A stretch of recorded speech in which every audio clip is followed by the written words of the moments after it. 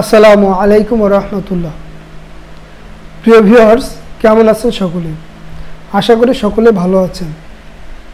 জি হ্যাঁ, আলহামদুলিল্লাহ, আল্লাহ পাকের রহমতে আপনাদের দোয়ায় আমিও ভালো আছি।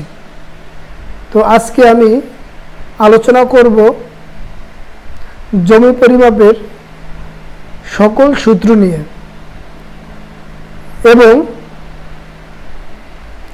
কত ধরনের জমি হয় সে বিষয়টা নিয়েও আজকে আলোচনা করব। অর্থাৎ আমরা যারা সার্ভেয়ার রয়েছি বা যারা জমি পরিমাপ করি, তারা কত ধরনের বা কত রকমের জমির সম্মুখীন হই এবং কত ধরনের সূত্র প্রয়োজন হয় এই জমির ক্ষেত্রফল বের করার জন্য, সেই বিষয়ে আজকে বিস্তারিত একটি ভিডিও তৈরি করব ইনশাআল্লাহ। তো আজকের ভিডিওটি যদি আপনি শেষ পর্যন্ত দেখেন, তাহলে এমন কোনো জমি নাই যে জমিটা আপনি পরিমাপ করতে পারেন না। যত রকমের বাঁকা জমি হোক না কেন, যত ক্রিটিক্যাল জমি হোক না কেন, আজকে আমি যা আলোচনা করব এর বাইরে কোনো জমির প্রকার হবে না বা ধরন হবে না। তো সর্বপ্রথম আমি আপনাদেরকে বলতে চাই, এই আমিন যারা রয়েছেন বা সার্ভেয়ার, তাদের বিষয়টা না, এটা হচ্ছে সাধারণ শিক্ষিত ভাইদের জন্য। একেবারে সহজ একটা কথা হলো, আমরা যারা ন্যূনতম এসএসসি পাস কিংবা 8 পাস করেছি, আরও যদি রয়েছে বলে 5 পাস করেছি, তারাও কিন্তু জমির পরিমাপ করতে পারেন। সেগুলো আমরা প্রাথমিক শিক্ষায় অর্জন করে থাকি, কিন্তু ওই শিক্ষাটা এবং জমি পরিমাপ সরাসরি না করার কারণে আমাদের মাঝে একটা জড়তা কাজ করে। সেই জড়তাটাও আজকে আমি দূর করে দেব। আর আরেকটা সমস্যা, যে জমির যে পরিমাণগুলো বা এককগুলো, এইগুলো আমরা জানি না, তো সেইটা আমি একটু ক্লিয়ার করব। তো প্রথমে আমি সেই বিষয়টা ক্লিয়ার করছি, যে ধরেন আপনি একটি বর্গাকার জমি, যে জমিটার ডায়াগ্রাম বা চিত্রটা আমার স্ক্রিনে দেখতে পাচ্ছেন, ধরেন এরকম একটা বর্গাকার জমি। এই বর্গাকার জমিটা কি, যার প্রত্যেকটা বাহু সমান। এখানে 4টা বাহু রয়েছে, এই 4টা বাহুর প্রত্যেকটা বাহু কিন্তু সমান। যদি ধরি 100 করে, তাহলে প্রতিটা বাহু কিন্তু 100 হবে। তাহলে এর সূত্র হচ্ছে বাহু গুণ বাহু। তাহলে আপনি বাহু গুণের সাথে 100 সাথে 100 যখন গুণ করবেন, যে ফলটা আসবে, এখন এই যে 100, এই 100 পরিমাণটা আপনি যদি ফুটের যে ফিতাটা রয়েছে সেই ফুট দিয়ে পরিমাপ করেন, 100 ফুট হয়, তাহলে কিন্তু 100 ফুটের সাথে 100 ফুটের গুণন হবে, যে রেজাল্ট আসবে সেটা হবে একটা বর্গ ফুট। অর্থাৎ এই জমিটা যতগুলো বর্গ ফুট রয়েছে বা স্কোয়ার ফিট, সেটা এখন এতটুকু হয়তো আপনি পারেন, এর পরবর্তীতে আপনি শতাংশ বের করতে পারেন না, যার কারণে আপনি জমি পরিমাপ করতে যান না। কিন্তু না, আপনি আমিনশিপ কোর্স করতে হবে জমি পরিমাপের জন্য, বিষয়টা তা না। যারা অঙ্কে একটু ভালো, তারাও পরিমাপ করতে পারবেন। জাস্ট আজকের ভিডিওটা যদি আপনি ক্লিয়ারভাবে বুঝেন, তাহলে কি বলতেছিলাম, যে বর্গক্ষেত্র আমি বের করলাম।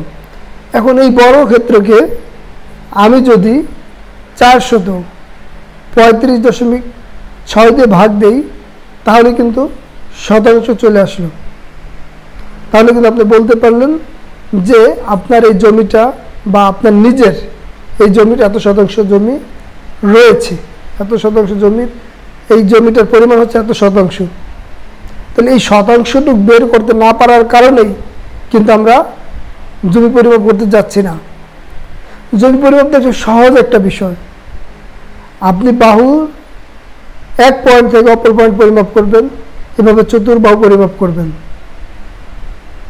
তারপর এটাকে যে জমির প্রকারে পড়ে সেই অনুযায়ী ক্ষেত্রফল বের করবেন 435.6 দিয়ে ভাগ দিবেন, এর শতাংশ বেরিয়ে আসবে।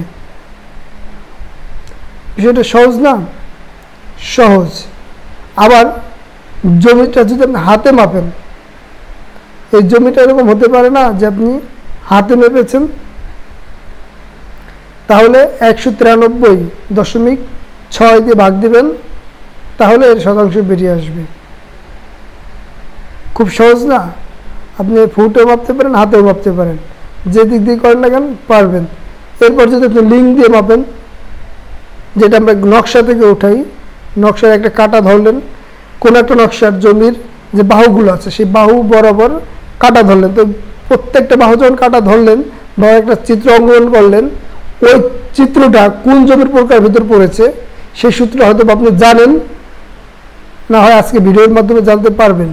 তারপরে আপনি ওটাকে সেই সূত্র অনুযায়ী বর্গক্ষেত্র বের করে 1000 দিয়ে ভাগ দিবেন, মানে 1000 দিয়ে ভাগ দিলে এটার শতাংশ বেরিয়ে আসবে। তো আজকে আমরা 3টা জিনিস শিখলাম।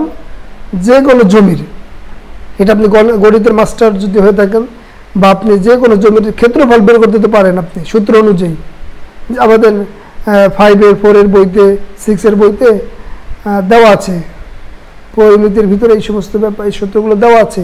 সেই অনুযায়ী আপনি পরিমাণটা বের করার পর সেটা যদি ফুট হয়, মনে রাখবেন যদি ফুটে বের করেন তাহলে 435.6 দিয়ে ভাগ।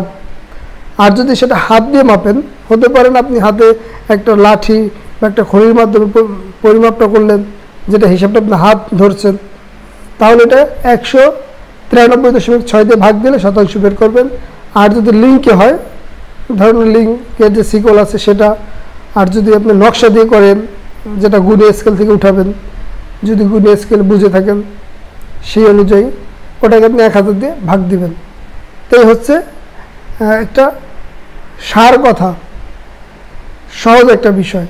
তো আজকে আমরা জানবো হচ্ছে জমি পরিমাপের যত ধরনের সূত্র আছে বা যত ধরনের জমি সাধারণত আমরা ব্যবহার করে থাকি সেটা। তো আমরা বর্গক্ষেত্রটা আমরা জানতে পেরেছি, এই নিয়ে আর দ্বিতীয়বার আলোচনা করব না। আমি এখন সরাসরি চলে যাচ্ছি আয়তক্ষেত্র নিয়ে আলোচনা করতে। তো আমার স্ক্রিনে আপনারা দেখতে পাচ্ছেন একটা আয়তাকার জমির ডায়াগ্রাম বা চিত্র রয়েছে। তো এই আয়তাকার জমিটার সংজ্ঞাটা হচ্ছে মানে যার পরস্পর বিপরীত দুই বাহু সমান। দেখেন যে কোনো দুই বাহু কিন্তু সমান হবে। এটা যদি ধরেন উত্তর দক্ষিণ সমান হবে, তাহলে পূর্ব পশ্চিম সমান হবে, যে কোনো দুই দিকের সমান হবে, এদের পরিমাণটা সমান হবে। তো এরকম যদি হয় সেটা হলো আয়তক্ষেত্র। আর এই ক্ষেত্রে দৈর্ঘ্য গুণ প্রস্থ, এটা হচ্ছে দৈর্ঘ্য গুণ প্রস্থ হচ্ছে গুণন দিলে, দৈর্ঘ্য গুণন প্রস্থ যখন গুণন দেব যেটা আসবে সেটাকে আপনি ফুটে পরিমাপ করলে 435.6 দিয়ে ভাগ সমান সমান শতাংশ। ক্লিয়ার? এরপর আছে দেখেন একটু আলোচনা করি। এখন হলো আপনার এই যে ঘুড়ির মতো একটা জমি দেখতে পাচ্ছেন, এটা হলো অসমবাহু চতুর্ভুজ বলা যায়, বহুভুজ বাহু বলা যায়, বিভিন্ন কথা বলা যায়। তো এটা একটা ঘুড়ির মতো দেখতে। তো এই জমি পরিমাপের জন্য আমি সরাসরি খাতায় দেখাবো, সেই জন্য আপনি ভিডিওটি শেষ পর্যন্ত একটু অপেক্ষা করুন। এইটা যদি আমি শিখতে পারি তাহলে আমরা যে কোনো ধরনের আঁকাবাঁকা জমি পরিমাপ করতে পারবো। এই যে একটা বিষয় গেল।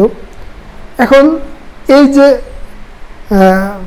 চতুর্ভুজের মধ্য থেকে যে সমস্ত জমি সাধারণত হয়, আমরা যা ফেস করি যে সমস্ত জমি, সেটা এই 3 ধরনের ভিতরেই পাবো। আয়তক্ষেত্র হবে, না বর্গক্ষেত্র হবে, আর না হলে অসমবাহু চতুর্ভুজ হবে, যার কোনো বাহু ঠিক ঠিকানা নেই। এটাকে আমি বিশেষ একটা পদ্ধতিতে পরিমাপ করি বা ক্ষেত্রফলটা বের করি, সেটা আমি খাতায় সরাসরি দেখাবো। এর জন্য ভিডিওটি শেষ পর্যন্ত দেখুন, ভালো হবে, আপনাদের উপকারে আসবে, 100% উপকারে আসবে। এরপর রয়েছে ত্রিভুজ। ত্রিভুজের যে জায়গাটা, এটা আমরা বুঝি যে জমিটা 3টা বাহু থাকে, আর এই 3টা বাহুর জমিটা 3 রকম হয়ে থাকে সাধারণত। সেটা হলো সমবাহু ত্রিভুজ। অর্থাৎ যে তিনটা বাহু রয়েছে এর প্রত্যেকটা বাহু চিত্রে দেখেন, এর প্রত্যেকটা বাহু সমান। তো এমন প্রতিটা বাহু সমান যদি কোনো ত্রিভুজ হয় সেটা হলো সমবাহু ত্রিভুজ। এর সূত্র কি এটা আমরা লিখে দিব, তাহলে আপনারা বুঝতে পারবেন। লিখে আমরা আলোচনা করবো, এগুলো একটু ক্রিটিক্যাল তো সেই জন্য। এরপর হচ্ছে আমাদের সমদ্বিবাহু ত্রিভুজ, যে জমিগুলো দুটি বাহু সমান হয়, যে ত্রিভুজের দুটি বাহু পরস্পর দুটি বাহু সমান হয় সেটা হচ্ছে সমদ্বিবাহু ত্রিভুজ। এর সূত্রটাও আমরা আলোচনা করব। এরপর আছে বিষমবাহু ত্রিভুজ বা অসমবাহু ত্রিভুজ।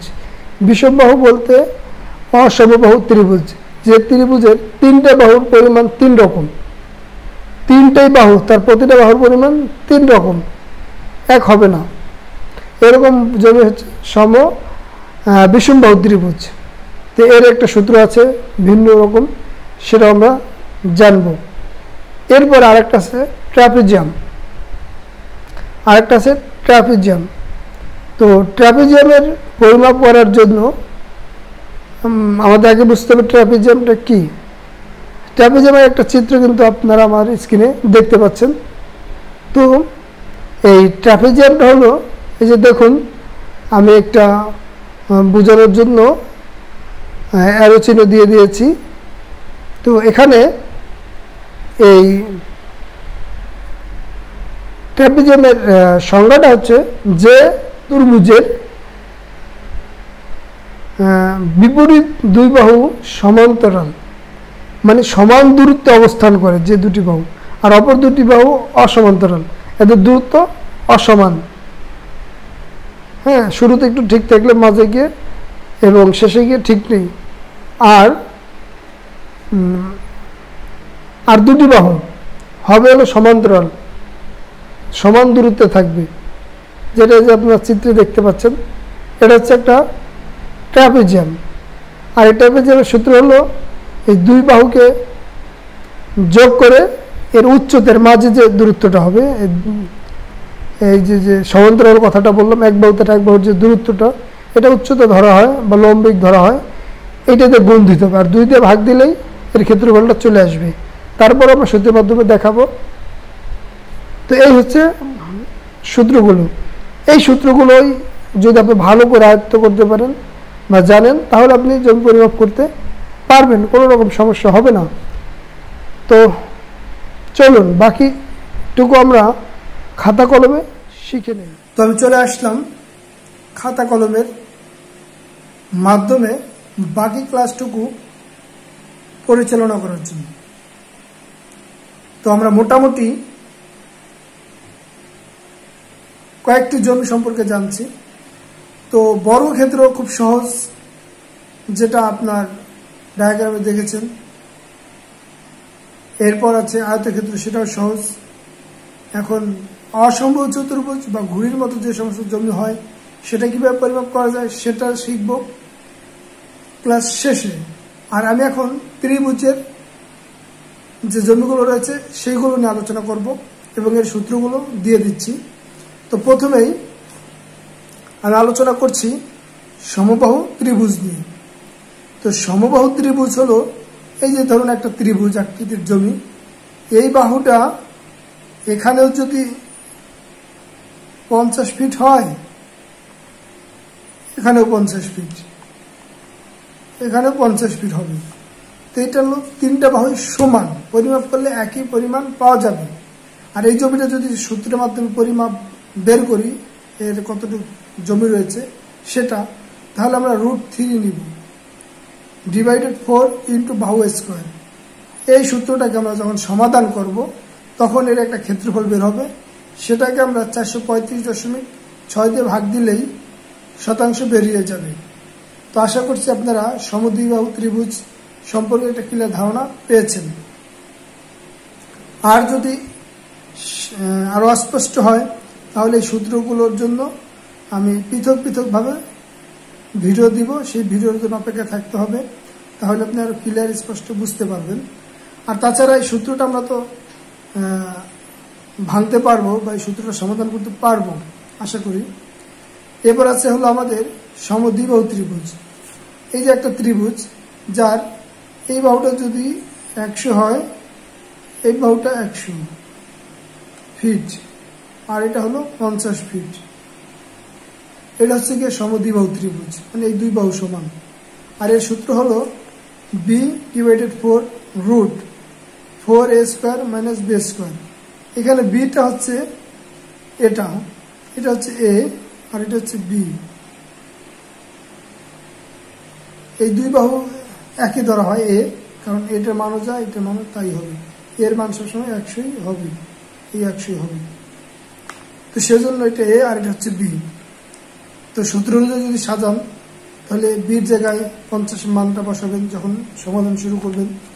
এবার 4 থাকবে সূত্রের, এতে এই 100 আসবে, এটাকে স্কোয়ার, এরপর হচ্ছে মাইনাস, এরপর হচ্ছে বি স্কোয়ার, আর বির ক্ষেত্রে 50 স্কোয়ার করার পর এটাকে মাইনাস করে যেটা হবে সেটার সাথে 4 এর গুণ দেওয়ার পর যা আসবে সেটাকে রুট করবেন। রুট করার পর বাকি সমাধানটুকু আপনারা করে নেবেন, আশা করি পারবেন। তাহলে কিন্তু আমরা সমদ্বিবাহু ত্রিভুজেরও ক্ষেত্রফল বের করলাম। এরপর এটা যেহেতু আপনি ফুটে মাপেন তাহলে 435.6 দিয়ে ভাগ দিবেন।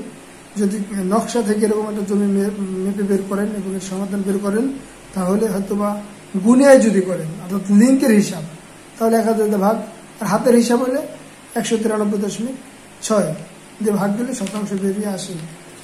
এরপর হচ্ছে আমাদের বিষমবাহু ত্রিভুজ। এই যে বিষমবাহু ত্রিভুজটা হচ্ছে এইটা, দেখেন এর একটা পরিমাণ শেষ হবে না। এটা যদি হয় 100, এইটা 120, এটা ধরেন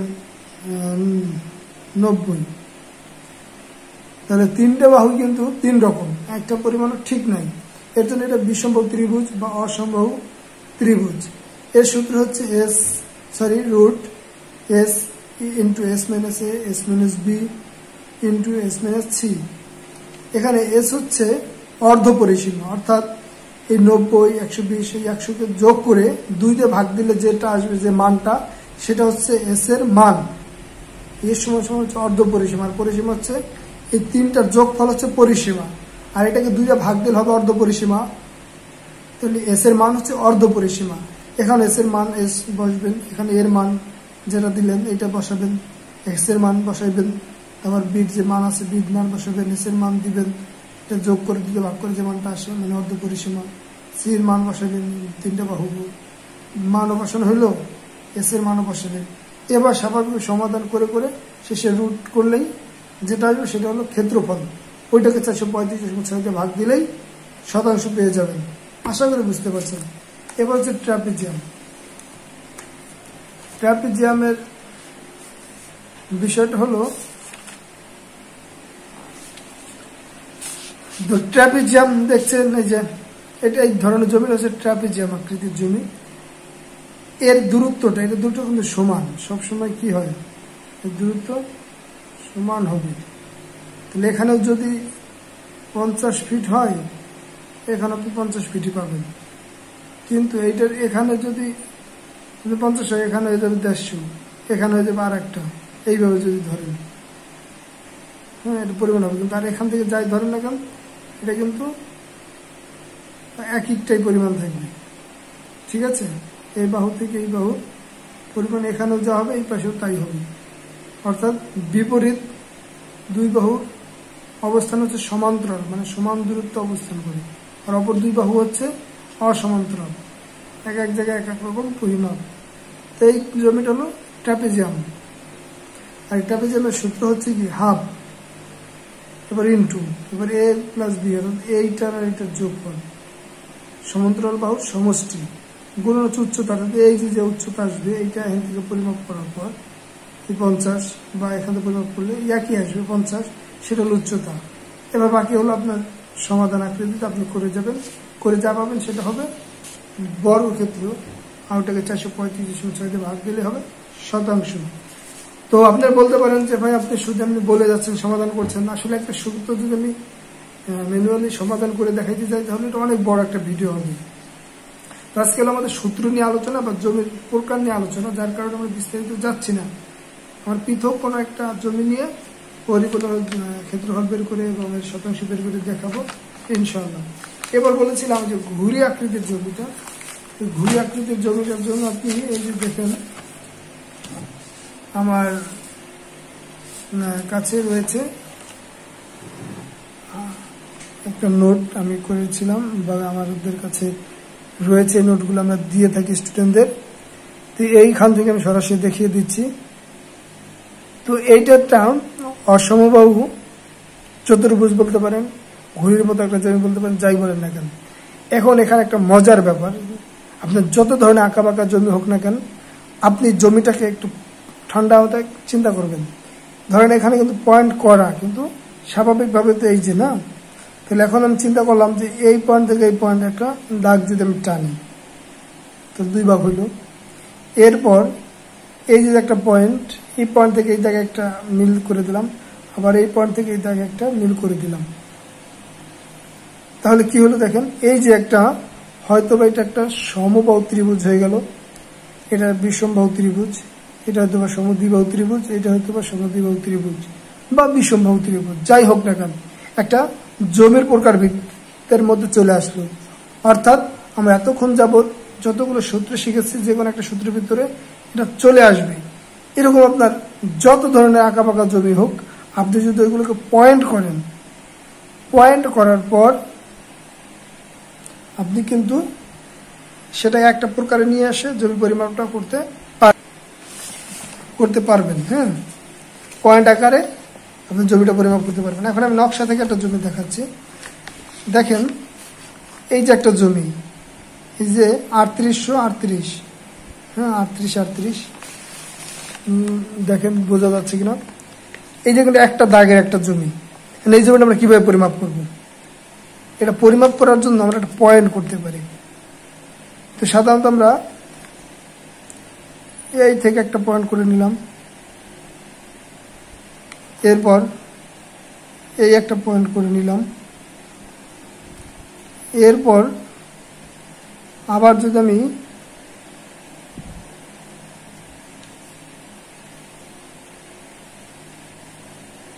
এখান থেকে আর একটা পয়েন্ট করি, এরপর এখান থেকে আর একটা পয়েন্ট করলাম, এবার এখানে একটা পয়েন্ট করলাম। তাহলে দেখেন আমার কিন্তু একটা মানে একটা জমি অনেকগুলো জমি হয়ে যাবে। এবার আপনি এক পাশ থেকে জমিটা পরিমাপ করবেন, A B C D E, এরপরে যেখানে কিন্তু রয়ে গেছে, আমি আরো ভালো করে দেখাইতে পারতাম যদি এটাকে আমি সরাসরি ব্যবহার করতে পারতাম। এটা তো নকশা, আমার অনেক ক্লাস টাস নিতে হয়, যার কারণে দাগ দিতে পারতেছি না। এরপর আপনি এটাকে আমি যেটা করতে পারি, এই বরাবর আরো একটা দিলাম, এরপর হচ্ছে এই একটা জমি পরিমাপ করলাম আর এই একটা দাগ দিলাম, এইভাবে গিয়ে আবার এইভাবে চলে আসলাম। আর এটা হয়তো বা আপনি এইভাবে করলেন। এই যে দেখেন আমি কিন্তু কতগুলো পয়েন্ট করলাম, অ্যাকচুয়াল পয়েন্ট আপনি আর গভীরভাবে ভেঙে দেখবেন। দেখার পর আপনি দেখবেন যে জমিটা আপনি এরকম যদি 10 জনের জমি পরিমাপ করতে চান, ধরেন এই যে একজনের জমি, যে আর একজনের জমি, এখন কিভাবে পরিমাপ করতেন? এই বাহু নিতেন, এই বাহু এই বাহু আর এই বাহু, এইটা নিয়ে পরিমাপ করতেন, দেখুন বিষমবাহু ত্রিভুজ বা সমদ্বিবাহু ত্রিভুজে পড়ছে, এর সূত্রটা বের করতেন, তাই না? এরকম 10 জনের জমি মনে করেন, বা এটাকে 10টা ভাগে ভাগ করলেন, প্রত্যেকটার জমি তার নিজস্ব সূত্র অনুযায়ী বের করে ওটাকে যোগফল করে এই যে 3838-এর পরিমাণ ঘোষণা করবেন। তো আশা করি আপনারা আজকের এই ভিডিও থেকে কিছু শিখতে পারছেন বা কিঞ্চিত পরিমাণ হলেও একটা ধারণা নিতে পারছেন, যে ধারণা দিয়ে আপনারা আরো অনেক দূরে এগিয়ে যেতে পারবেন।